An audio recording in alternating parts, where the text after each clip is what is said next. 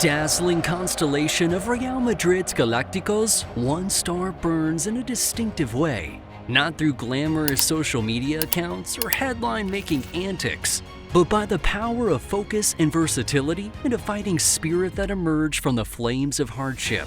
Federico Santiago Valverde Dipetta, the Real Madrid engine, the quiet warrior, the all-action midfielder known as El Halcón, the Falcon.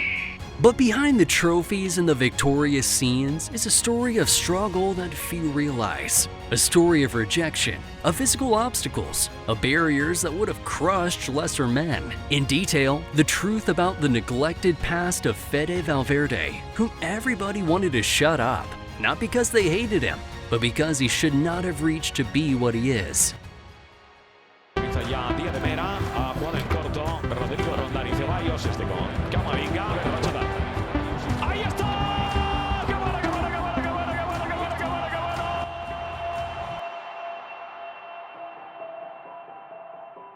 Born in Montevideo, Uruguay in 1998, the young Valverde's love for the beautiful game was evident from an incredibly young age. Despite still being in diapers at age 3, Federico found himself in a position to score his first goal in an unofficial match. His celebration? His diaper busted open with exquisite abandon, foreshadowing the unrepentant lust that would color his entire career.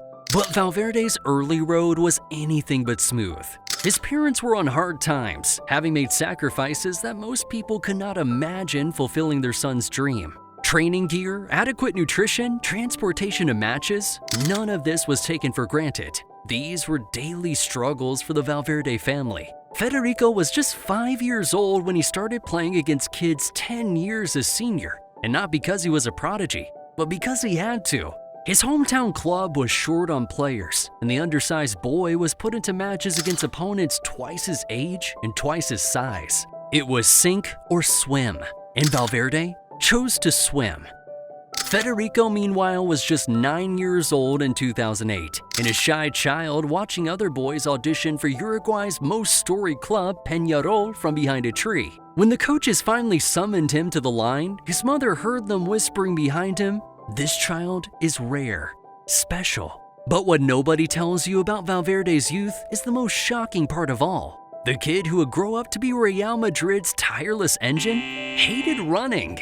That's right, the same player who's now renowned for covering every inch on the pitch for those lung-busting runs that last for the last 90-plus minutes would have complained constantly to track back and defend originally. His youth coach, Sho Perdomo, remembers Valverde always wondering why he couldn't simply stay up with the forwards and forsake his defensive responsibilities altogether.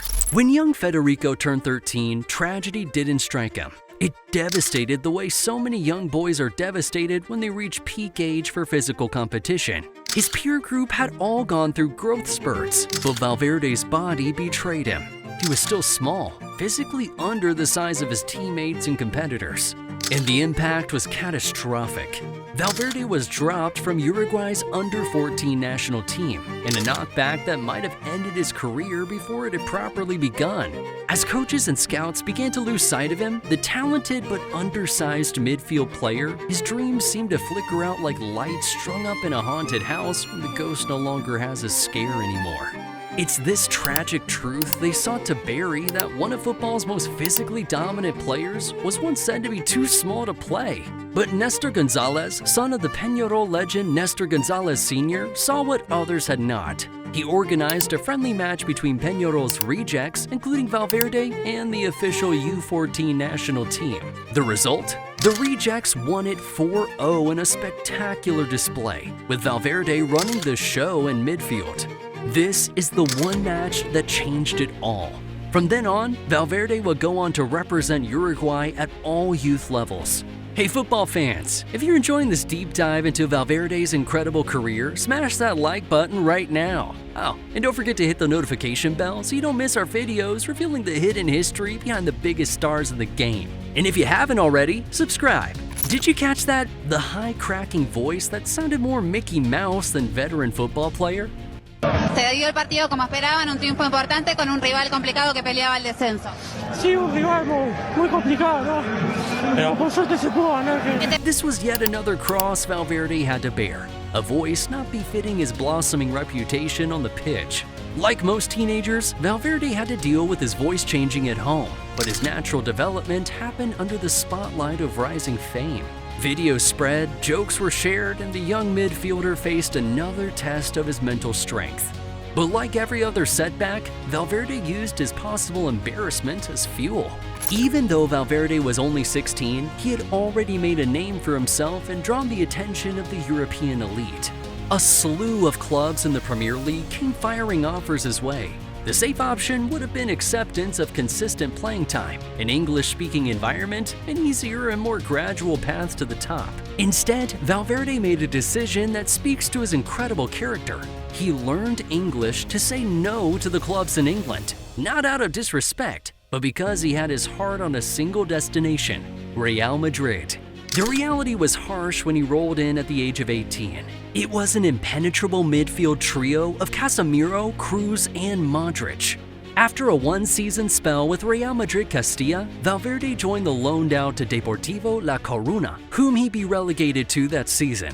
These setbacks are never recovered, especially by the young talents. Sending him from his dream club to a bad team could have broken him. Instead, it hardened his resolve. As with every great story, there comes a moment of truth when character is revealed by action. For Valverde, this moment was the 2020 Spanish Super Cup final against Atletico Madrid. With the match scoreless in extra time, Atletico's Alvaro Morata broke free and took a free run through on goal. Valverde, sprinting back, had a split second to make an agonizing choice. Let Morata score what would almost certainly be the winning goal, or take a professional foul. He chose sacrifice. A purposeful, two-footed tackle from behind drew an instant red card and cemented his place in the hearts of Madrid fans forever. This action would have his teammates go on to win the penalty shootout. Diego Simeone, Atletico's famously intense manager, termed it the most important play of the match. Some high praise from an opponent. That night, El Pajarito, the little bird, started becoming El Halcón, the Falcon. The Fede Valverde of today is a rarity in football. The genuinely complete midfielder, not just a defensively diligent workhorse or a creatively capable attacker, but a player who thrives across the entire span of the playing area experience. Top 3 player in the world is how Toni Kroos, not a man prone to empty praise, described Valverde. Call it a high compliment from one of the game's finest midfielders of his era. Statistics tell the story. A midfielder who rarely scored became a genuine goal threat, with stunning long-distance strikes added to his repertoire. Bettering Carlo Ancelotti's challenge for last season when he asked Valverde to score 10 goals, we managed 12 across all competitions from the Uruguayans in the 2022 and 23 campaign. But Valverde's tactical intelligence and versatility are what set him apart. Middle center, defensive center, right wing, right defense positions that require completely different skill sets. But Valverde is able to play all those positions.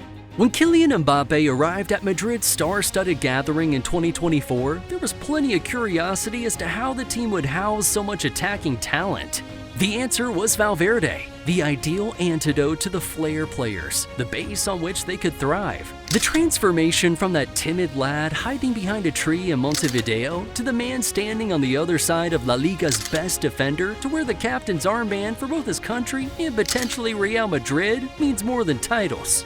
It's a testament to perseverance in the face of repeated obstacles. The small kid who loathed running grew into the midfielder with 3 lungs. That high-pitched teenager grew into an honored statesman. The loan at a relegated club became a linchpin for the greatest team on earth. Federico Valverde's story reminds us that greatness is not granted through talent, but forged through struggle, sacrifice, and an unbreakable dedication to growth. Now in the prime of his life, El Halcón increasingly has people asking themselves how much higher the man can fly. So, if you love seeing the untold story behind Fede Valverde's extraordinary rise, then be sure to give it a thumbs up. And while you're here, why not subscribe to our channel and stay up to date with all our latest exposés on football's biggest stars? Comment below with the next player you want us to do one for. This is the deepest football storytelling, and we're only just beginning.